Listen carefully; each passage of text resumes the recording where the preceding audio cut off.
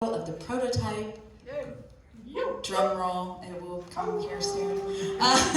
If we haven't met, which we have, so everyone here knows that my name is Ardilla and that I'm the founder and CEO of Pollima with this cool logo. My amazing graphic designs intern made. So cool. But my mission today is to guide us through an experience so that you can understand where my heart is coming from as a founder of this company and where I see Pollima going. So I started Pollima in 2020 as a sole founder, but that is kind of difficult for me because I'm a collaborative person. So I asked everyone here to bring a name and contact of somebody that you know in manufacturing, if you do know someone, not a common thing. If you do have that name, feel free to leave it in the basket in the back, and I will reach out to them. Whoever comes to mind at the end of this experience, feel free to write that down, put it in the basket in the back, and just trust that that's a good connection to be made. What else? Thank you so much to my volunteers today who are helping me, Dina on video, Dave bartending, my greeters and everyone. This space that we're in is really cool, right? I'm gonna turn this. Alon is the owner of this space, and he has been holding it down as the last 5,000 square feet of industrially zoned area in Venice for 30 years, I think he said. So it's a collaborative space for artists to be creating lots of stuff in. And of course, thank you to our beverage sponsor, Can, for these yummy, yummy drinks. We're gonna be sending out a coupon code to everybody after this event. So super grateful to them. But the space, I'm really happy to be here. My hydraulic press is over there behind this wall. X-ray vision, it's right there. It is just been disconnected from the wall. It's had some difficulties, so it's going to go to a hydraulic press hospital soon, is what I'm calling it, next week. And hopefully we'll finalize those repairs. But thank you, everybody. What I want to do for us is walk us through a meditation to focus us on being a good ancestor. And then after that, I'm going to share with you my vision for Pollima and where we're going. You'll hear some music from these beautiful two right here, Vic and Monica. And then around 3:30, we can start the immersive sound and light experience that I described as a brain massage. But it's in that blue container out by the front.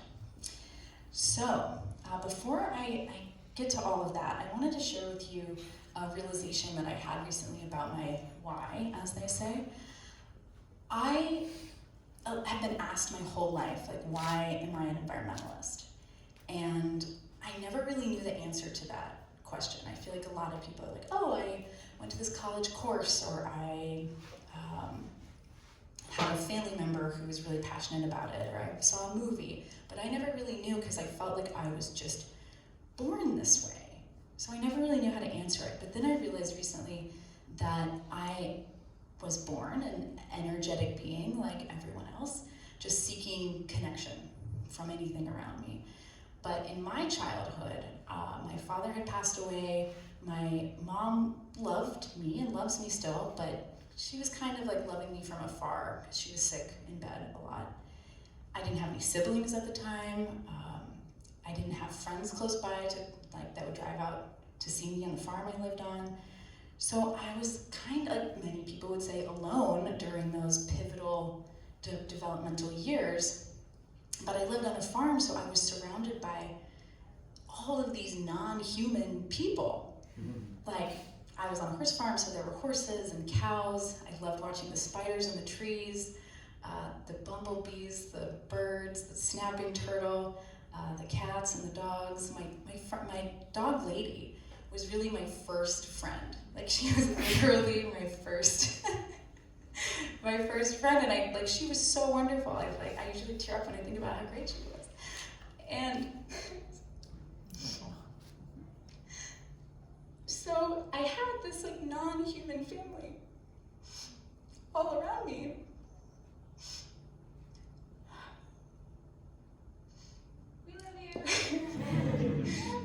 So of course I chose to cherish them.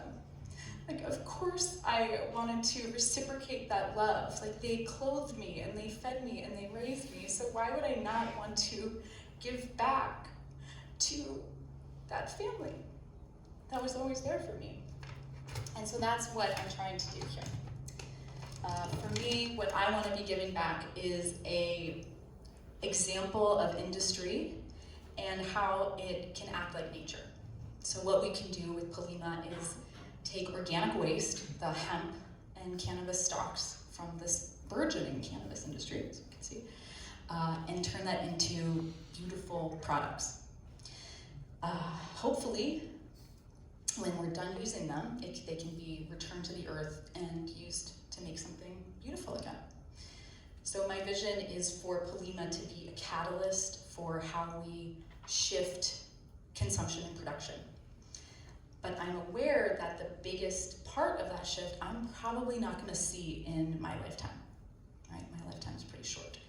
But whatever I inspire in others, whatever I inspire in others and what I create while I'm here, like that can be picked up and passed on by the future generations. So that's why I want to take us back to gratitude and give us the opportunity to receive and appreciate these gifts. Because it would kind of be rude not to appreciate these gifts, right? So I have a request of you before I start the meditation, which is to take your phones out, and I'm gonna do it too. Put your phone in airplane mode for the next like 30 minutes. Hey Jojo, I'm gonna need your help for a second.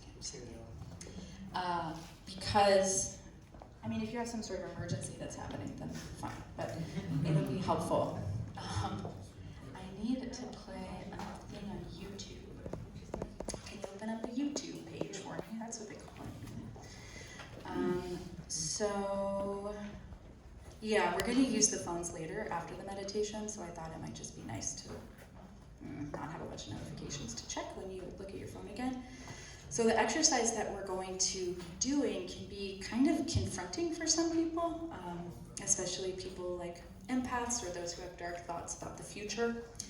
But I think it's important to take this time to visualize the future and in a very personal way, so that it doesn't seem like such a distant abstraction. So while I get this YouTube thing set up, take a moment to just take a few deep breaths, close your eyes, and I'm gonna guide you somewhere.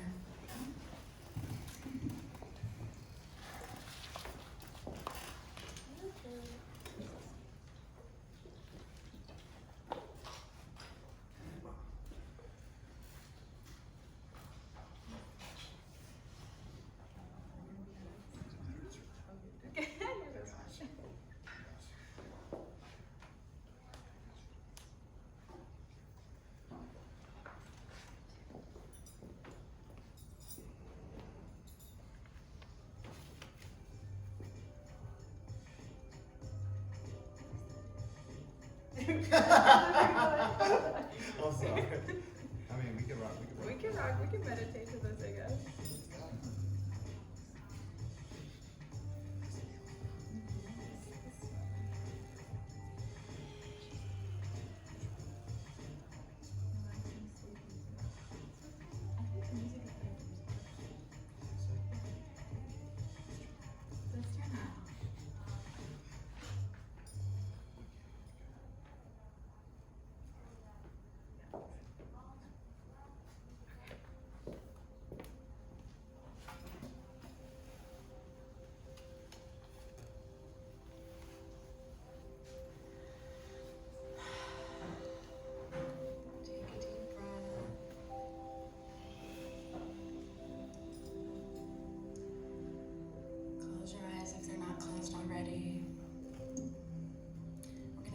Walk back in time. But we start here, where we are today, in this moment, this February day, gathered in this room, and we're going to walk back through time and remember what it took to get to this spot. how we woke up this morning and dressed and had our meals. We walk back to how we prepared to get here to this event, the decision to come, the planning to come, traveling here alone or with friends, family, and we journeyed across the earth. We walk back through our week of work, fun, rest, and the last 30 days, the holiday season, the visits, arrivals, reunions, happy or fraught with emotions, departures, journeys, or staying at home. Then we walk back through last year. Remember 2021? How we carried ourselves through this shifting world. What we worked for, what we hoped for. Back through 2021's summer and spring. Our time in offices, homes, getting places on bikes or in vehicles or on public transportation. And now we move back through the decades of our adult lives. For some, many decades. For some, just a fraction. We move back through beginnings, perhaps jobs and journeys, relationship beginnings and endings, perhaps wanderings of few, maybe some false starts, some successes. Perhaps you witnessed the loss of someone you never conceived would be gone. Or perhaps you lost people you never thought would leave you. Perhaps you witnessed the birth of a child, yours or someone's near to you. Recall how, as you lived, how you experienced the comings and goings of emotions and passions, the shifts in your perceptions and points of view, perhaps changes in your world or your cosmic views. Perhaps you arrived on the other side of situations you thought would never end. You probably came through as a larger person than you could ever imagine. Now walk back through your teenage years with your new emotions and ideals and opinions of yourself and your world. Remember your struggles and anguishes and dramas, your heartbreaks and milestones. Walk back through your childhood and the people who knew you, how they said your name,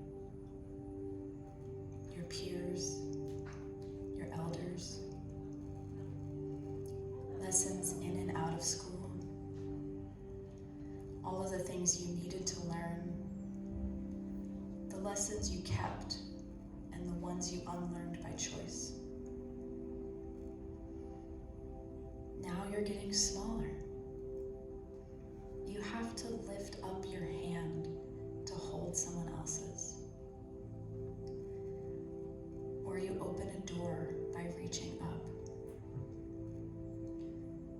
climb onto things in the adult-sized world, hold on to adult-sized objects with both hands. Perhaps someone taught you how to ride a bike, or tend to a sick animal, or read the stars, or the letters of the alphabet. Perhaps you learned to recite a story, a poem, tie your shoe, comb your hair.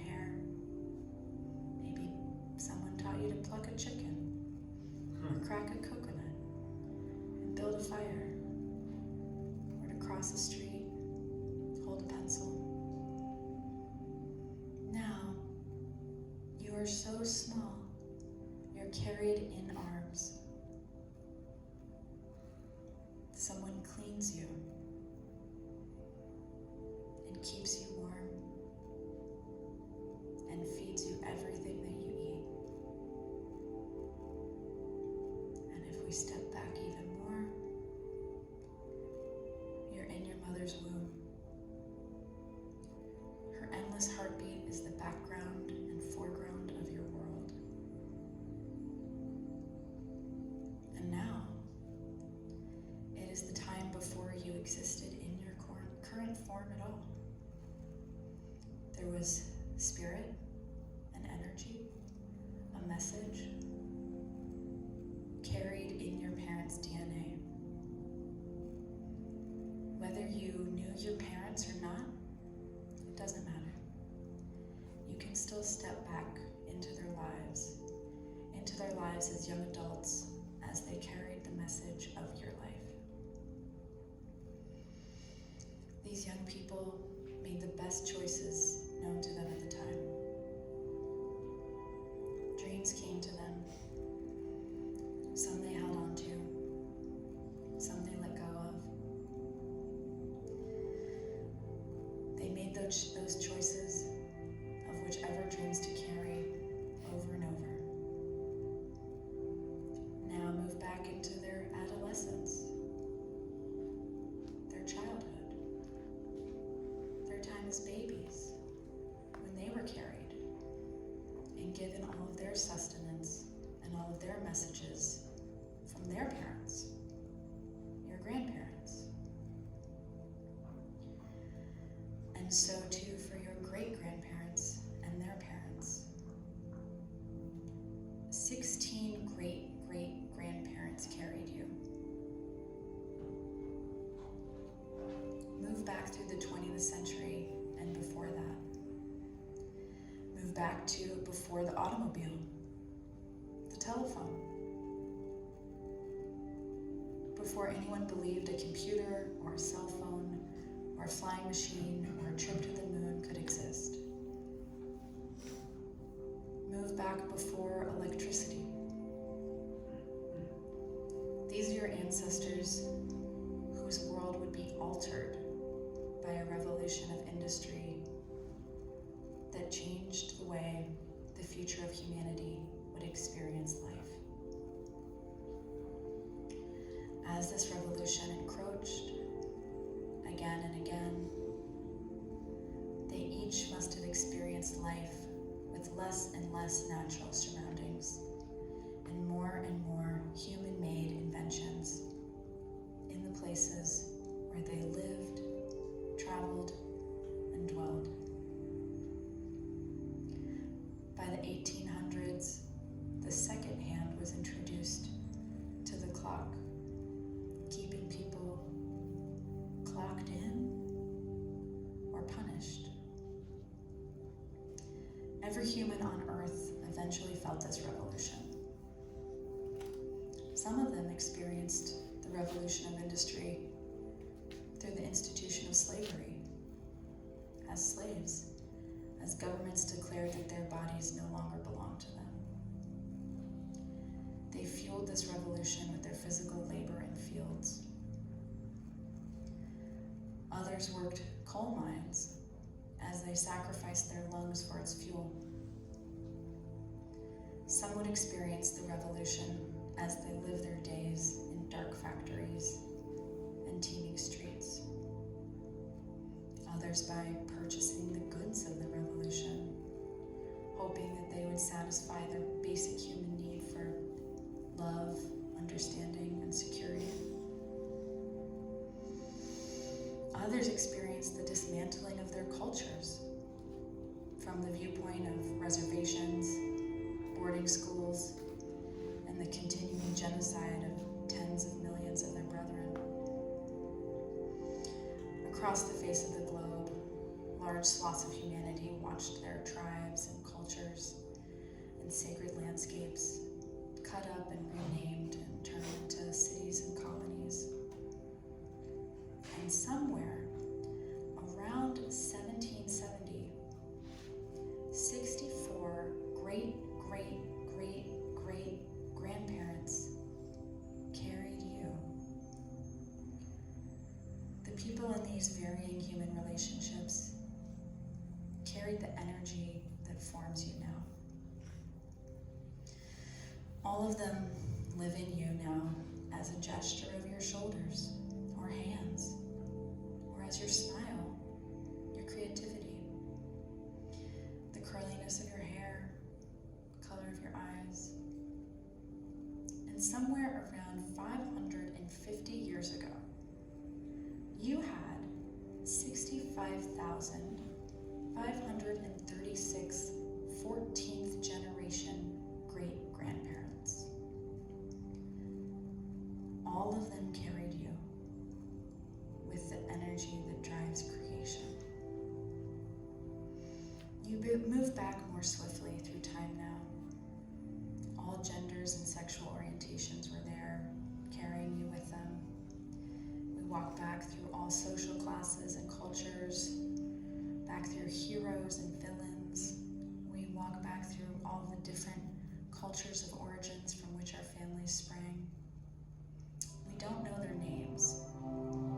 All of our families were there though, inventing, creating a myriad of cultures and languages, with mathematics and church bells and drums and drum beats, songs and dancing. Some invented things, others were mystics. Some were the keepers of stories, or understood the stars, constellations. Some were kings, some were servants. Who you would be was carried by ancestors as empires rose and fell. Some ancestors followed the coastline out of the African continent to dwell in new forests over the next ridge. Some remained to build kingdoms and queendoms. We walk back through the millennia and we find that there were very few of our species, sometimes down to a few thousand, all of us nomads. Walk back to a time before we invented war. Keep walking back to our beginnings, some 30,000 generations ago. We can't be quite sure of where we began. Somewhere in Africa, where we may have began our human journey. Imagine the beginning of the journey of the human family, starting there. We're at the edge of a forest, looking out on a savanna. Our bodies are weak compared to the cats. We have no fangs. We are tiny next to the elephants. Our voices small compared to theirs. We have no fur. We stood naked, but we are clothed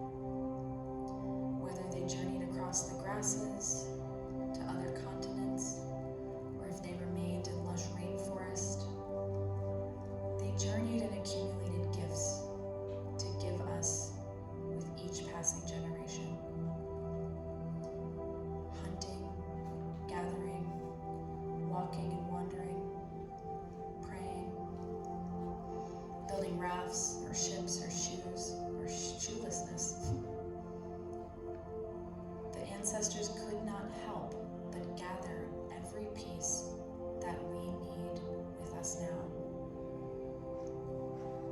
So we will harvest these gifts right now. Imagine harvesting their ability to survive and expand who they were with each generation. Courage, wisdom, Gaia consciousness. Take it. We need it all. Through the expanse of our ancestors' existence, they journeyed and ran up against the mystery of getting lost and finding a home, discovering the universe and themselves, stumbling upon the uncomfortable. Take this all. Take physical endurance with you. Take the wisdom of the leaders who defined which mountain to follow, which river to cross, who learned secrets in the forest, who understood how plants could help us. Take the curiosity and courage of the explorers. Take the courage of your ancestors who believed in dragons and went to the unknown anyway. Take these gifts. Walk forward and take these discoveries because you come from an unbroken line of survivors. And at this point in time, the only purpose for their existence is for you to have all that you need for your time now. For you to use these gifts. Open your heart and receive these gifts and gather them in. Take your ancestors' need for empathy to survive. Take that gift of experiencing our kindred's pain as our pain, and take that resulting compassion that has been a gift of survival since we knew how to walk. Take these gifts, hold them in your heart.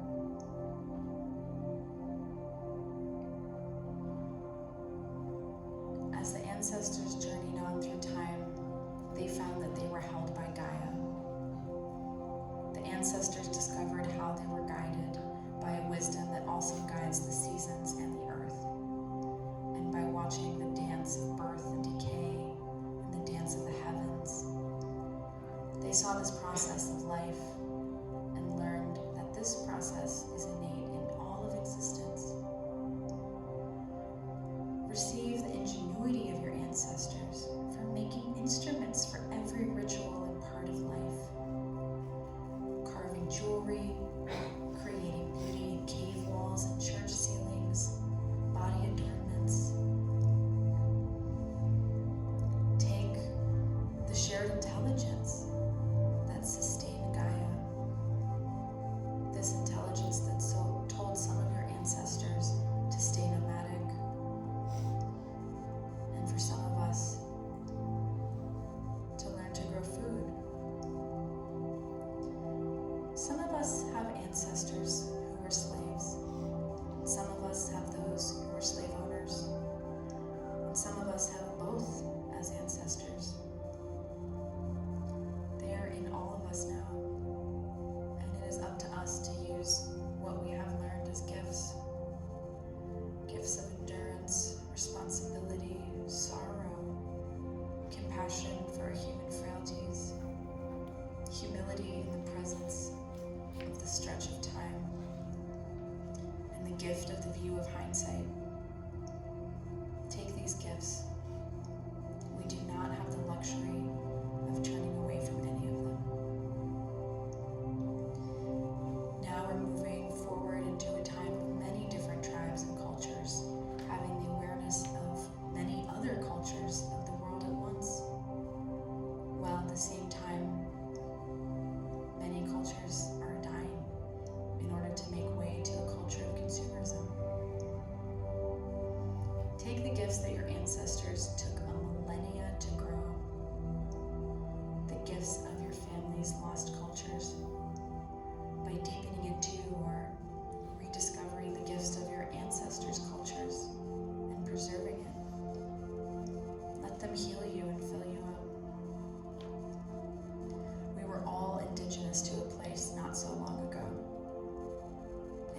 culture took millions of years to grow itself into the medicine that you may not realize you are longing for until you taste it. Harvest it now. Take the gifts of your ancestors who fought for their own liberation under the rule of any dominant culture, who wanted what they had, who wanted their land or their bodies. Take the gifts of the ancestors who died for the freedom of their people. For you. Take the gifts of the ancestors who died for worshiping the wrong God or being of the wrong tribe. Then take the gifts of the ancestors who refused to die of starvation or mustard gas or napalm. Take the gifts of the ancestors from the dominant culture who knew that something was wrong with what they were being told and fought for the rights of their oppressed neighbors in their own cities and towns. Take it all. Now we're well into the 20th century and moving into the 21st century of man-made mass extinction. Mass extinctions of animals, the calculated extinction of humans' lives on mass scales, the destruction of biospheres, an age of weapons, of world wars, the age of drone wars and collateral damage, an age of a culture of mass consumption of the Earth's resources. Take the gifts of this age, the gift of your expanded awareness and your rapid evolution into a being which has a global heartbeat, a global conscious. Bow to this gift that came at such an awful cost. Take the gift of your parents' lives who made this moment possible.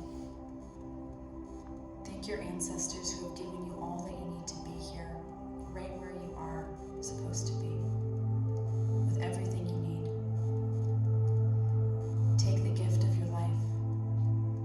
Please take the gift of all of the pain and suffering you've experienced. It has expanded who you are so that you are strong enough to hold the suffering of the world with compassion. Whatever you have come through, it forms who you are now. You, standing or sitting here. All of us having all the resources we need to be here today. Each of us for an unequaled vital reason. Right now you're cultivating gifts for those thousands of generations ahead of you. Soon you will be gone, and your gifts will be left for those walking up behind you. Take a deep breath together. Keep your eyes closed. And imagine a young person in your life who you care about and feel connected to, like a niece or a godchild or one of your own children. Again, with your eyes closed, imagine you're taking a step forward and conjure up their face, their voice, the things they love doing. Then take another step forward and you've traveled 30 years into the future. What's happening in their life? What are their joys and troubles? What is the state of the world around them? Then take a final step, and it's their 90th birthday party. 90 years old. You picture them surrounded by their own children and grandchildren, their closest friends and neighbors, work colleagues. They stand up, slightly doddery, with a stiff drink in their hand, about to make a birthday speech. Suddenly, over on the mantelpiece, they see a photograph of you and decide instead to tell the gathered group about the legacy you left them. What they learned from you about how to live and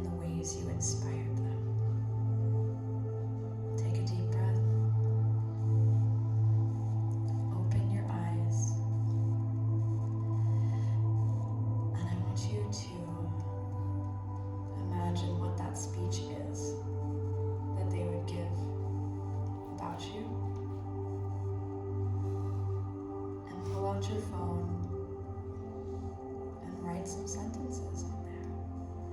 Maybe it's complete sentences, maybe it's some bullet points, even feelings, images you see. Take 5 minutes to write what you will complete in this lifetime that they are going to talk about.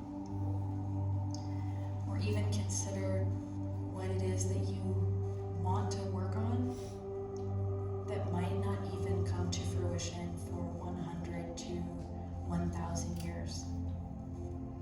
But future generations are going to carry that on.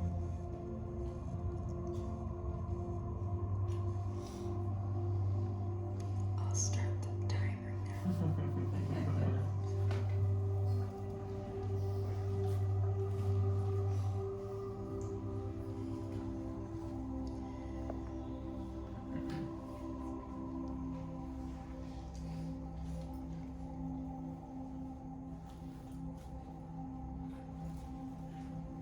As you're writing, remember that you have a legacy to leave. Whether you're leaving it to children or friends, other citizens, other activists, members of our community.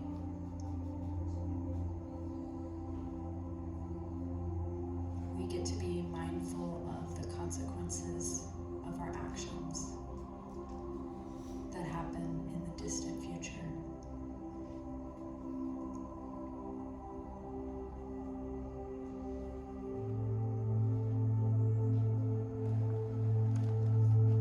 I want to create a world that is fit for the flourishing of life.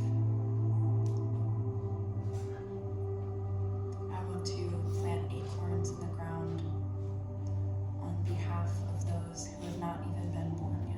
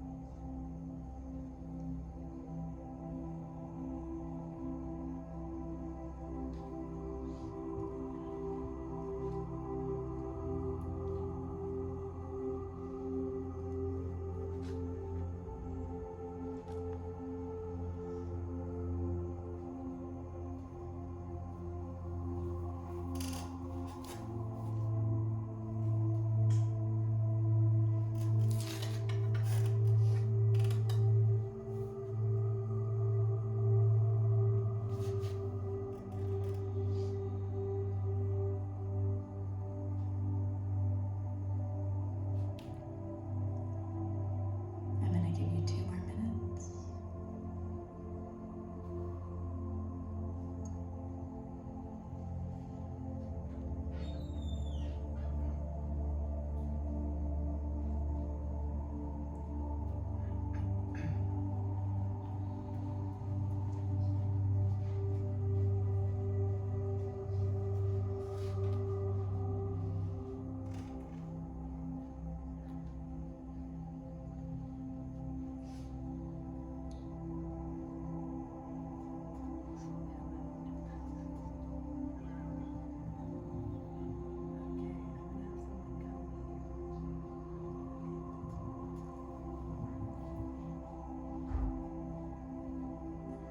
All right. Let's take another deep breath. Thank you all so much for trusting me to go through that experience. And I would love for some people to share what they would want that 90-year-old to say. What would they say about you? How did you affect their life? And, we still have some more years to make it happen, so this could be dreaming. Maybe it hasn't happened yet, maybe it has, I don't know. Who would like to start?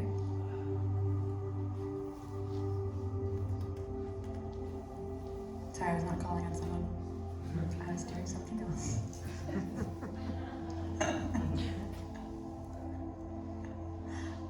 Yes, please. Speak up if you don't. Yeah, definitely. I would love to have someone say that I helped them live a life that was fun while promoting their health at the same time. Thank you. I love fun. Jamie knows it. Jamie, would you like to share? Sure.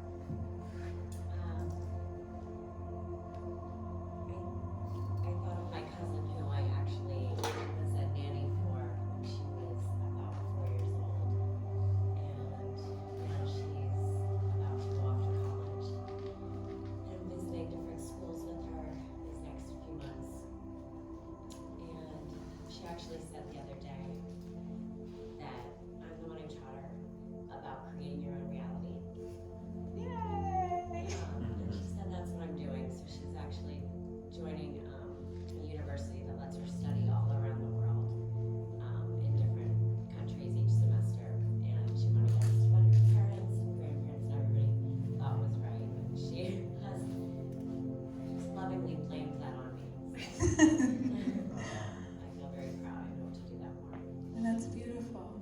You hope to inspire more young people to. How about the rule? Yes. Yes. That's great. Who else would like to share? Yes, Jordan. I was thinking of this. I teach this girl songwriting in Ventura County, so I just came from there. So she came to my mind, and I was thinking how she would say that this is what I would want, but that I'd make her believe in herself. Like just having people just believe in what they came here to do. That's what they're supposed to be doing, to have confidence in their own selves. Beautiful. Thank you. Okay. So we're going to take a musical pause. Or, I don't know, it's not a pause, it's a part of the program. We're going to take a musical part of the program. And here's some beautiful music from Monica and Vic. And then after that, I'm going to explain really what my vision is for Pollima and where we're at and where we're going. Alrighty? And feel free to take your phones off airplane mode if you want. Thank you.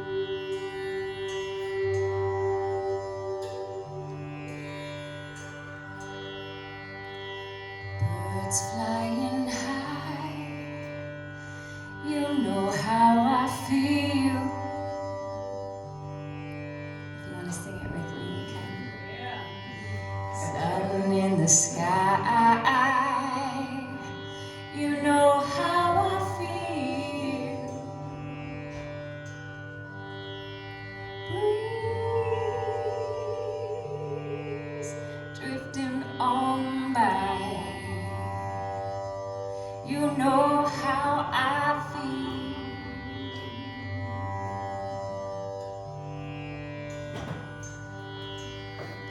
It's a new dawn. It's a new day. It's a new life for me. And I'm feeling good.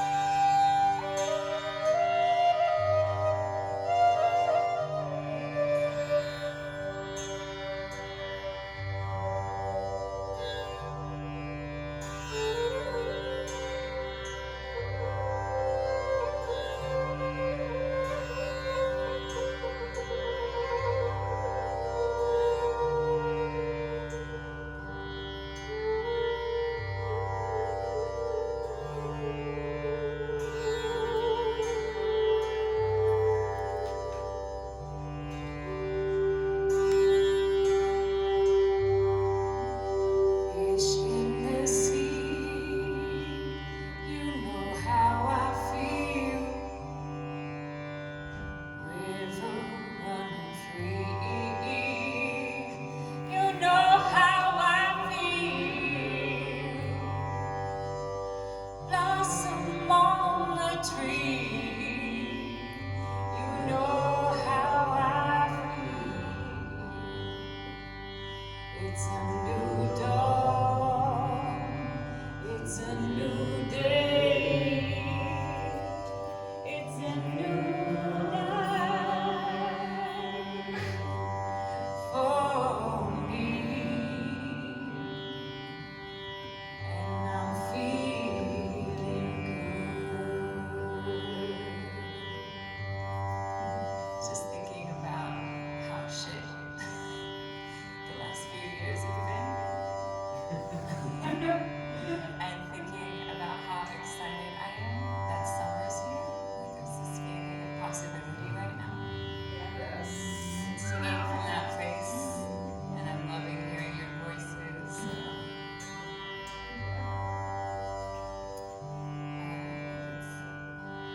Dragonflies out in the sun. You know how I feel, yes you know. Butterflies all having fun. You know what I mean. This part is the best. Sleep in peace when day is done. You see it with me? Yeah. Sleep in peace when day is done. That's what I mean. It's a new dawn. It's a new day. It's a new life for me, and I'm feeling good. One more time, and I'm feeling good. And I'm feeling good. One more time, even deeper from your heart. And I'm feeling good.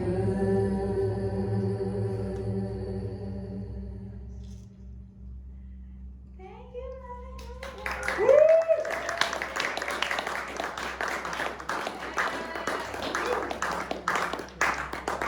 Guys.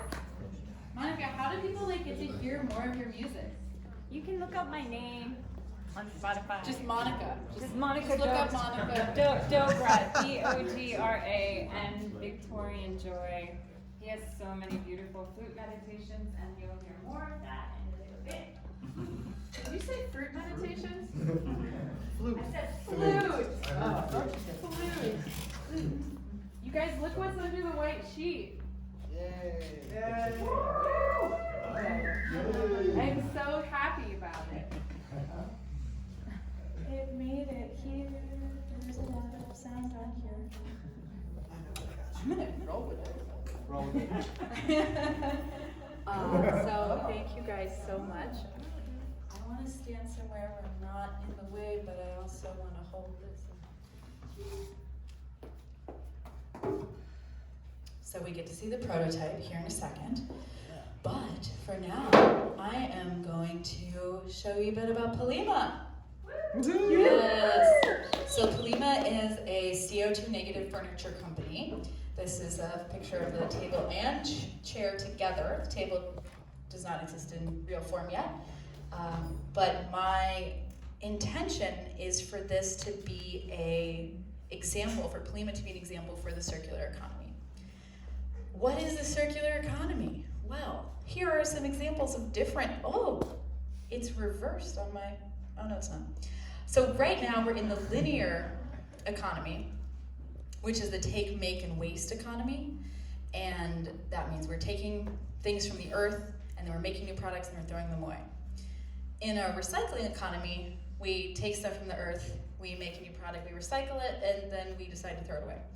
In the circular economy, products are made with the whole intention from design and every aspect of the product to keep the materials and keep reusing the materials for as long as possible.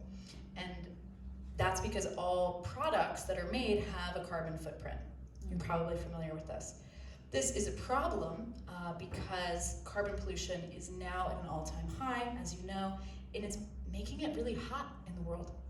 I don't know if you've seen any of the videos of women's flip-flops getting stuck in the streets and they like fall down into hot tar. It's scary. That shouldn't be happening. So right now we're on the track for our global temperature to raise by 4 degrees Celsius by, how do you even say that year? 2100? Okay, got it. So to avoid the worst impacts of climate change, we have to change every industry so that not everything has such a big carbon footprint. Even furniture could have some improvements. So the carbon footprint of a particle board table is about 50 pounds of CO2. And that's like the equivalent of 62,000 miles being driven by the average car per 1,000 particle board tables that are made. So that creates an impact. It all adds up, right? So the solution, there, the same sample right there, is recycling hemp stalks into a wood alternative. That's the solution I'm going with. Just getting these hemp waste from local manufacturers, farmers, that's what they would be called, farmers of cannabis and waste, and pressing it into a wood alternative for tables and chairs. Set that right there. There's a really big opportunity here in California because there are about 1 billion pounds of waste being produced annually just in this state. And yeah, billion. So farmers don't have too many options. One option is that they can burn the waste, is what some farmers do, and that creates carbon emissions. Some farmers have it picked up and sent to landfill, and that also produces greenhouse gases. But with Pollima, we can prevent 162,000 pounds of CO2 from going into the atmosphere per 1,000 tables. So that's like keeping 204,000 miles off the road for every 1,000 tables that are made. How is that so? Well, let's look at the hemp carbon cycle. So you have hemp here, and it's absorbing CO2. Some of that CO2 goes down into the soil and it stays there. That's cool, we like that. But once it's harvested, it releases, once it dies, it can decompose naturally and leave some carbon in the soil, but that also releases CO2 into the air. I messed up the options. Option 1, for what you do with it, a farmer does with it, is that a farmer can choose to burn the waste, and that still puts CO2 into the air. The farmers can choose to send it to landfill where it can decompose, but that's probably going to decompose anaerobically, and that releases methane, which is even more toxic than CO2 for the environment. But the solution that I'm proposing is that we take that hemp and turn it into a chair rather than burning it or letting it decompose. And by doing that, we're trapping that CO2 and not letting it go into the atmosphere. At the end of life, the chair, hopefully after decades of use, it can be composted, which would release CO2 back into the air. My goal is to partner with biochar manufacturers so that they can turn it into biochar, which is basically coal. It's like manufactured coal. And farmers use that as a soil amendment, and it doesn't release CO2 anymore. And there's nothing, everything in this chair is completely biodegradable. So you can do that. This is a great time to be doing that because millennials are buying their first houses right now. I'm actually doing that on Tuesday. Oh my God. And 38% of home buyers are millennials. And some of you may have seen facts like this before, but 73% of millennials are willing to pay more for a sustainable product. And that's why Pollima is a good option for them, because there are no other furniture companies that have CO2 negative options.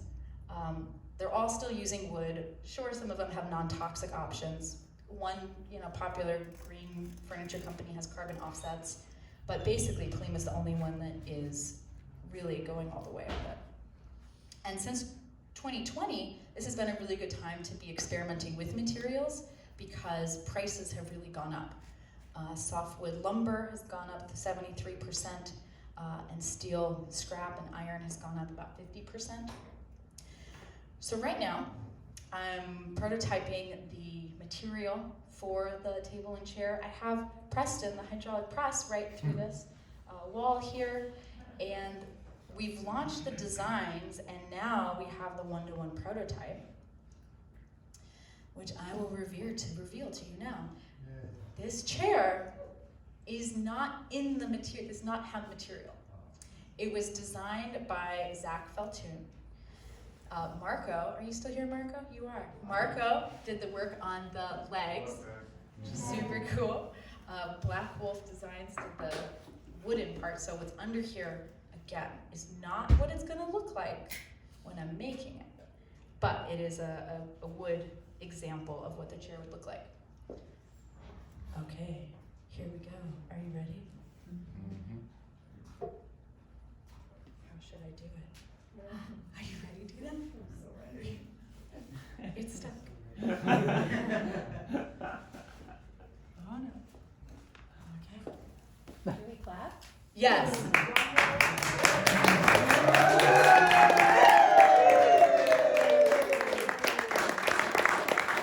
Thank you. So it is still in process. This is just like to look at the design and see what we think. This is the first time that we've been able to work on it from this full-scale model. So I'm going to be sending this to Zach in New York so that he can continue to design and build and mold and change it. My notes after seeing it is that the seat is too small. So we'll work on that. Just in general, I told Zach that I really wanted an iconic design, and we wanted something that wasn't going to be thrown away in a couple years because it looks outdated. I just wanted it to be an item that can be showcased in someone's home as what's happening in the circular economy. And I also gave Zach the note, I wanted something playful. I wanted a creature. That's the word I gave him. And I like these. I think it looks like a wing a little bit. Wings. I always wanted to be a bumblebee that falls asleep in a flower that closes at night. So I like the idea of these being petals that are kind of enveloping you when you sit in it. And any other notes on this? Yeah, well, we just wanted it to be beautiful and fun. because we don't think you need to sacrifice beauty or design for an eco-friendly option. That shouldn't be the case because nature is beautiful. So why should an eco-friendly option be ugly? That doesn't make sense. And we still get to name it. We get to name this chair. So if you have any ideas, let me know. George, first idea. First thought, best thought. George. Bumblebee. Bumblebee. Bumblebee. The bumblebee? Does it look like a bumblebee? It's a little flat. B. B. B. Chair B. There's chair A. Ardilla, are you gonna have that marbled look? And it will not look like this. It's gonna be. It's gonna look more, something. It's gonna be almost mostly the same color. It's not gonna be marble. Yeah, it's not gonna be marbled. But there are I still get to experiment some with different colorations using carbon and using spirulina, maybe, just other fun things. Pressing other agricultural waste into it, grapes or orange peels, something like that. So the chair is going to retail, not wholesale. I want wholesale sales. Is gonna retail for about $350. The dining room table will be about $1,500. And as you all know, I am looking for a co-founder, somebody that has experience in manufacturing, preferably hands-on themselves manufacturing, that is mission aligned with me for the circular economy, and that's based in Los Angeles, so that they can come play with Preston.